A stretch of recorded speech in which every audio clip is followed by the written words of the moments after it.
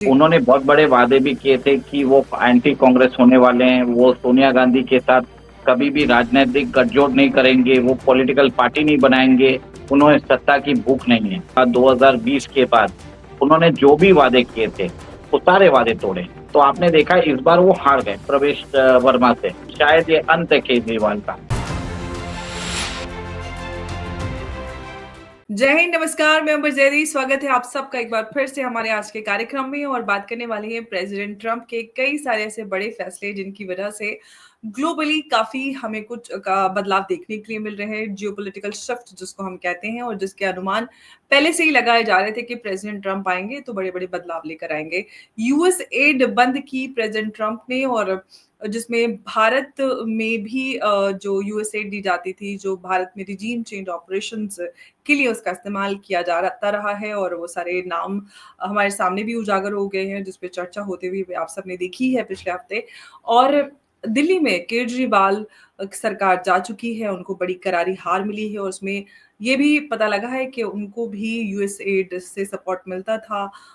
जो regime change operation, in fact Congress की बात करें, ये सारी चीजें अब कांग्रेस की तो बात चले बाद में करेंगे, लेकिन केजरीवाल की अगर हम बात करें तो उनका कार्यकाल समाप्त हो चुका है। क्या ये अंत है केजरीवाल एरा की जो बात करते हैं उसका, या फिर वापस आएंगे, या फिर और कोई ऐसा है जो वापस केजरीवाल की तरह उभर कर आएगा? और जो यूएसएड है, ये सारी चीजें, करेक्शन, इस पे हम चर्चा करने वाले हैं। हमारे आज के खास मेहमान उमेश अग्रवाल जी, बहुत बहुत स्वागत है आपका। जय हिंद, नमस्कार। जय सिया राम अंबर जी। जय सिया राम उमेश जी। उमेश जी, प्रेसिडेंट ट्रंप ने कई बड़े-बड़े फैसले किए और कई सौ उन्होंने एग्जीक्यूटिव ऑर्डर्स साइन किए, जिसमें यूएस एड भी एक है जिसको उन्होंने बंद कर दिया है। और पाकिस्तान की बात करें और कई सारी कंट्रीज, लेकिन भारत में रिजीम चेंज ऑपरेशंस के लिए यूएस एड का इस्तेमाल किया जा रहा था। और आप इसको कैसे देखते हैं कि जो कदम उठाया गया है, और खासतौर से जो केजरीवाल एरा के अंत की यहाँ से शुरुआत है क्या, या उसके अलावा भी कुछ और इस तरह का हम होते हुए भारत में देखेंगे इस पैटर्न पे, जिस तरह से केजरीवाल उभर कर आए? देखिए, मैंने आपके साथ पहले भी डिस्कस कर लिया है कि कैसे केजरीवाल 2013 में उभर के आए थे। वो इंडिया अगेंस्ट करप्शन मूवमेंट के अंदर जुड़े थे अन्ना हजारे के साथ। और जी। उन्होंने बहुत बड़े वादे भी किए थे कि वो एंटी कांग्रेस होने वाले हैं, वो सोनिया गांधी के साथ कभी भी राजनीतिक गठजोड़ नहीं करेंगे, वो पॉलिटिकल पार्टी नहीं बनाएंगे, उन्हें सत्ता की भूख नहीं है। और आपने देखा कि 2013 के बाद, 15 के बाद, 2020 के बाद उन्होंने जो भी वादे किए थे, वो सारे वादे तोड़े। उन्होंने लोगों का विश्वास तोड़ा है। और जिस हुँ। हिसाब से उन्होंने एक फ्रीबी मॉडल लेके आए थे दिल्ली के, तो दिल्ली की जनता ने उनको 2 बार रिवॉर्ड भी किया था।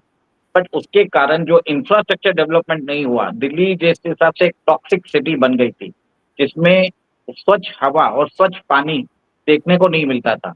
तो लोग इस बार तो ऐसा भी हो गया था कि लोग बोल रहे थे कि दिल्ली का जो कैपिटल स्टेटस है, वही रिवोक कर दीजिए 3 महीने के लिए। तो कहीं न कहीं दिल्ली वालों को लगा कि आपको उनको फ्रीबीज़ तो मिल गया है, पर जो स्वच्छ हवा और स्वच्छ पानी चाहिए, वो तो नहीं मिला। तो आपने देखा इस बार वो हार गए प्रवेश वर्मा से।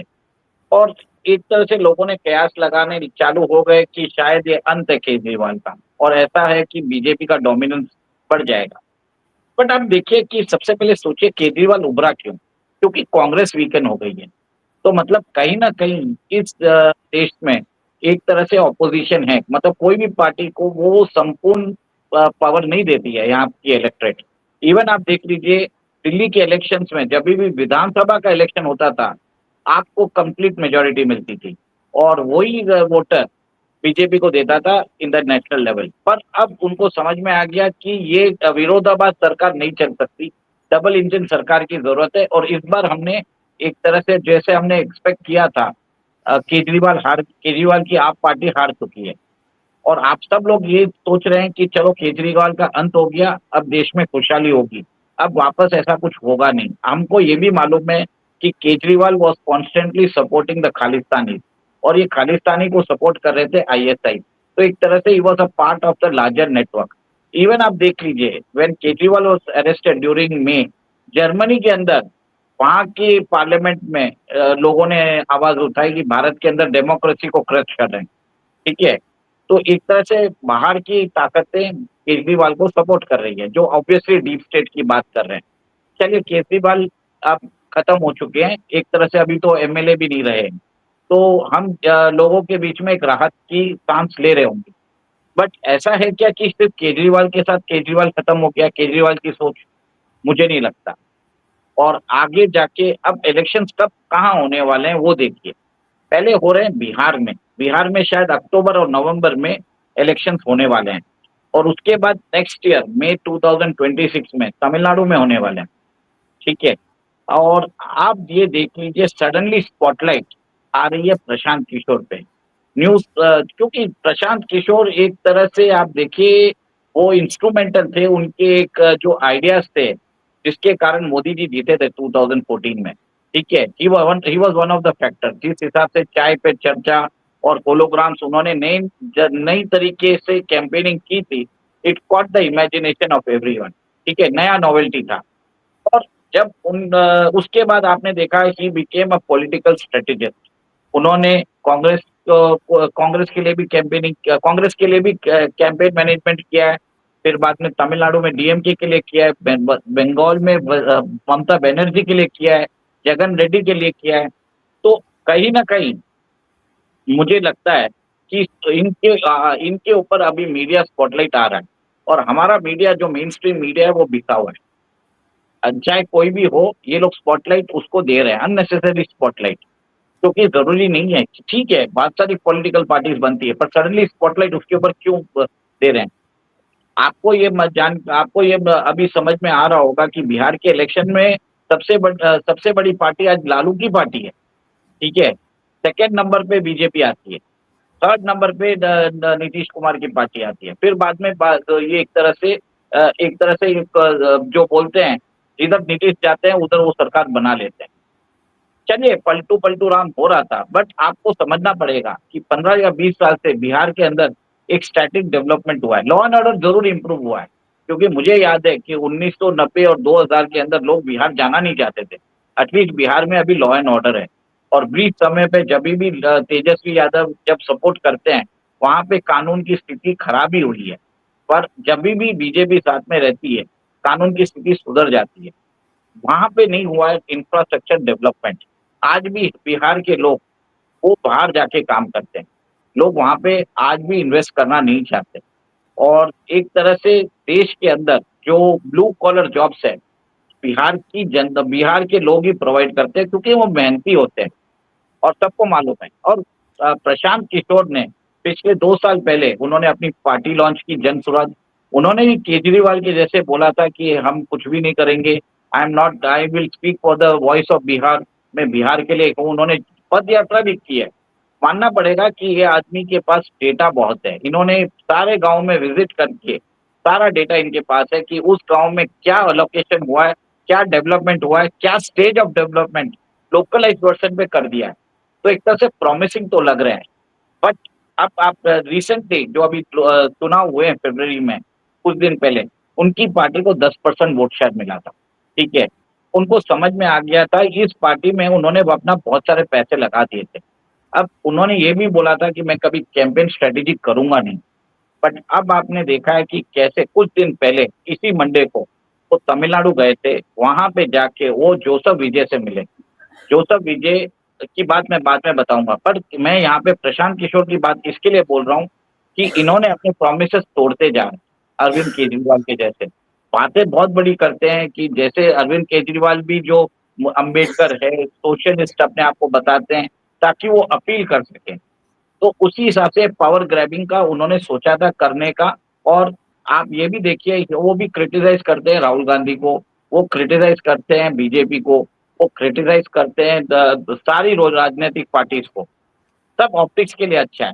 बट अब हमें ये देखना है कि इनको मीडिया के ऊपर भी स्पॉटलाइट मिल रहा है। उनके एक-एक स्टेटमेंट को स्पॉटलाइट मिलता जा रहा है। चलिए एक नॉर्मल मीटिंग किया है कि एक कर्टेसी कॉल की है, बट अचानक आप देखिए कि जोसेफ विजय के ऊपर स्पॉटलाइट आ गया है और अब आ गया है इनके ऊपर, प्रशांत किशोर के ऊपर। तो आता हूँ तमिलनाडु के ऊपर। तमिलनाडु में अभी इलेक्शंस होने वाले हैं 2026 में। 2021 के जो इलेक्शन है, उसका कैंपेन मैनेजमेंट किया था प्रशांत किशोर ने। और प्रशांत किशोर की इलेक्शन कैंपेनिंग के अंदर उन्होंने जो स्लोगनियरिंग दी थी, के कारण डीएमके को बहुत अच्छी जीत मिली थी कि डीएमके खुद के बूते पे सरकार बना चुका था। और आज 5 साल होने वाले हैं, वो डीएमके के जो इनर वर्किंग्स है, उससे वाकिफ है। अब उनको बुलाया है जोसेफ विजय ने। जोसेफ विजय ने साल भर पहले, ये अक्टूबर में पहले अपनी पार्टी लॉन्च कर ली थी 1 साल पहले, और अक्टूबर में या नवंबर में उन्होंने कन्वेंशन किया था। अंबर जी, कम से कम 10 से 15 लाख लोग आए थे उस मीटिंग में। और जोसेफ विजय है साउथ के तमिल में सुपरस्टार है। उनको एक तरह से रजनीकांत और कमल हसन के बाद एक आइकॉनिक स्टेटस मिला हुआ है। और वहां पे जो भी भीड़ आई थी, वो अपने आप आई थी। किसी को बिरयानी नहीं दिया गया था, ना पैसे दिए गए थे। वो आई थी विजय के साथ जुड़ने के लिए। तो he is emerging as a force in Tamil Nadu. उन्होंने एक उसमें 2 चीजें डिक्लेयर की थी कि DMK is the political rival और BJP is the ideological rival. तो उन्होंने और उन्होंने आइडियलाइज किया था एमजीआर को, जो एडीएमके पार्टी के थे। आज तमिलनाडु में ऐसा है कि एडीएमके के 3 फैक्शन है। एडीएमके ईपीएस, एडीएमके ओपीएस और एडीएमके एक और एक है जो शशि कला ग्रुप के पास है। अब ये तीनों जो एडीएमके साथ में आ चुके हैं। और सेकेंड, कयास लगाए जा रहे हैं कि जोसेफ विजय का अलायंस होगा एडीएमके के साथ। और उसके अंदर जो डीएमके के अभी रेनबो अलायंस में कुछ घटक दल है, वो उसमें जा सकते हैं।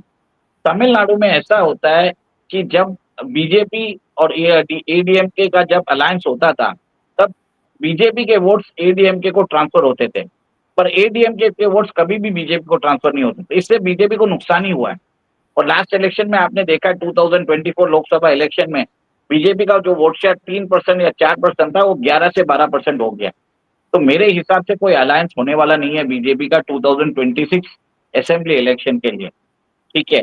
और इसमें most probably there will be alliance between ADMK and Joseph Vijay. और उनकी एक बहुत बड़ी फॉलोइंग है। He is untested. अभी तक उन्होंने इलेक्टोरल वाटर टेस्ट नहीं किया है। बट वो एक तरह से बोलते हैं ना, एक तरह से ही will like to have a respectable show, क्योंकि फर्स्ट इलेक्टोरल डेब्यूट कर रहे हैं। और यहाँ पे तमिलनाडु में ऐसा होता है कि जैसे आपने दूसरे स्टेट में देखा है कि एक सरकार अगर 5 साल रूल करती है, तो नेक्स्ट टाइम ऑपोजिशन को ही मिलता है वो चांस। तो कहीं ना कहीं जो लोगों का जो अनुमान है, जो लोग ट्रेंड्स देख देख बताते हैं, हिस्ट्री देख के, they are saying that EPS जो अभी एडीएमके के चीफ है, he might become the next chief minister of Tamil Nadu.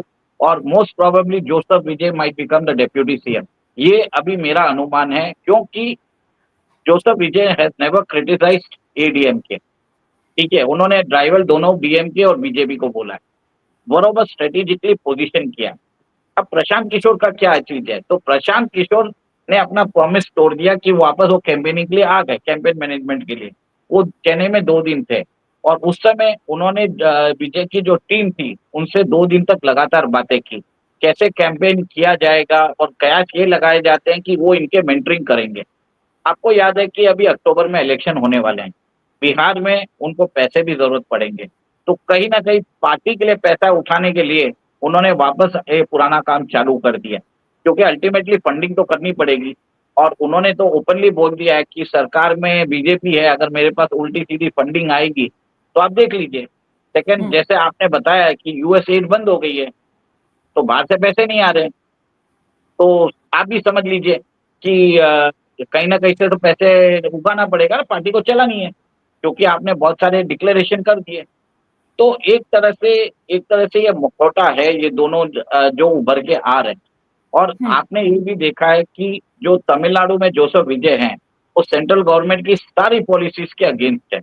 और वो हमेशा भी, जैसे चेन्नई में नया एयरपोर्ट भी बन रहा है, उसके लिए भी वो प्रोटेस्ट करने आ गए, क्योंकि उनको पॉलिटिकल माइलेज चाहिए और उनका सुपरस्टार स्टेटस भी है, लोग समझते भी है। अब क्या फर्स्ट इलेक्शन है, इज अनटेस्टेड। बहुत लोग जो सपोर्टर्स है बीजेपी के, वो बोलते भी है, क्योंकि मैं खुद बीजेपी का सपोर्टर हूँ।